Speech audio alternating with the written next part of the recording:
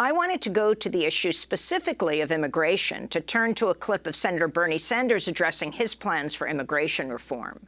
Senator Sanders, a related question to you. Actually, Senator Sanders, I have a new question for you. You can respond to Mr. Yang's comments as well. Respond to the immigration question? This is related, sir, but there are estimated to be as many as 12 million undocumented immigrants in the U.S., more than 2 million right here in California. If you have a chance to forge a bipartisan immigration reform plan, would you insist on a path to citizenship for all 12 million or just a segment of that population? No, this is what I would do. Day one, executive order. Restore the legal status of 1.8 million young people in the DACA program. Day one, we change border policy so that federal agents will never snatch babies from the arms of their mothers.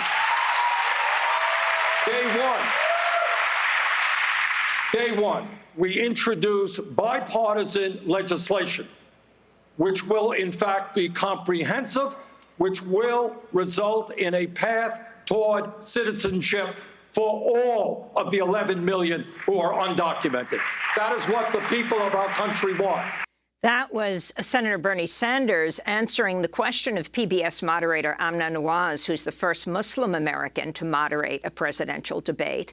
She also asked former Vice President Joe Biden if he supports reparations for the children who've been separated from their families at the U.S.-Mexico border. This was Biden's response.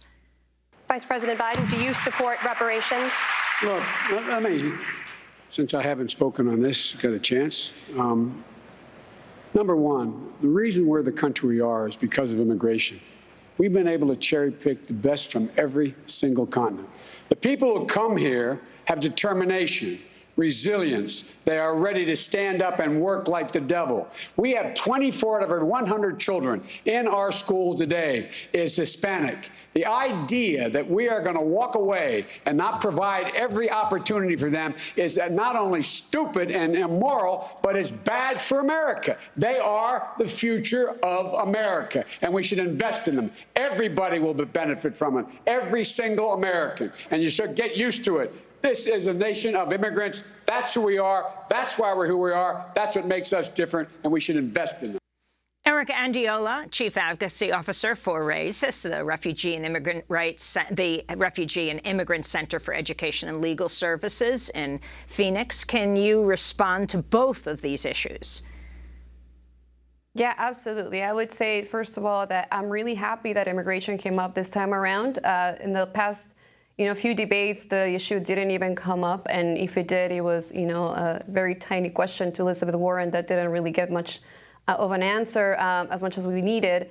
And I would say that Bernie's in the right direction. I think Bernie's absolutely right. We cannot wait, to ask for comprehensive immigration reform right away as soon as, hopefully a Democratic presidential candidate wins and, we have a different administration. We don't want them to focus just on passing a big, bill as soon as they come into office, because they can do a lot on day one.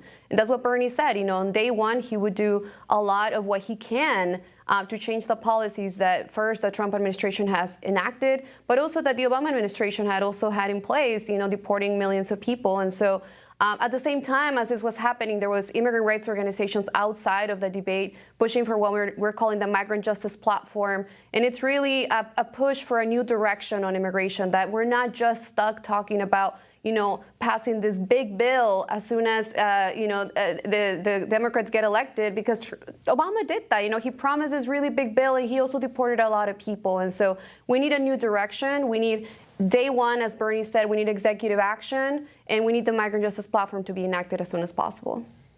It's interesting to point out that December 18th, the day President Trump was impeached, was National Migrant Day. Erika, also outside the protest, outside the debate yesterday, immigrants were protesting. That's correct. There was people who were there to ask and to pressure the Democratic Party to take, again, a new direction on this issue. There has been a lot of conversations, again, about, what can we do as a nation with immigrants? And I know that Democrats, have a lot to apologize for. I think they should be apologizing, especially Joe Biden, working in the Obama administration, because the fact was that they did.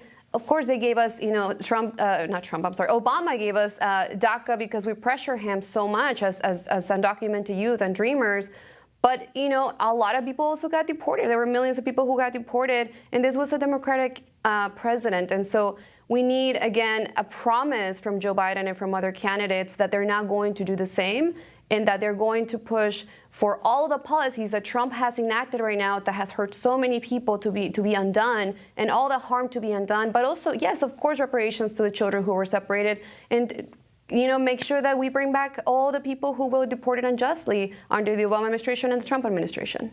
Erika Andiola of RAICES, thanks so much for being with us. As we continue our roundtable, we're going to look at the issue of war and peace coming back as we look at the last debate that's taking place this year of the Democratic presidential candidates. Stay with us.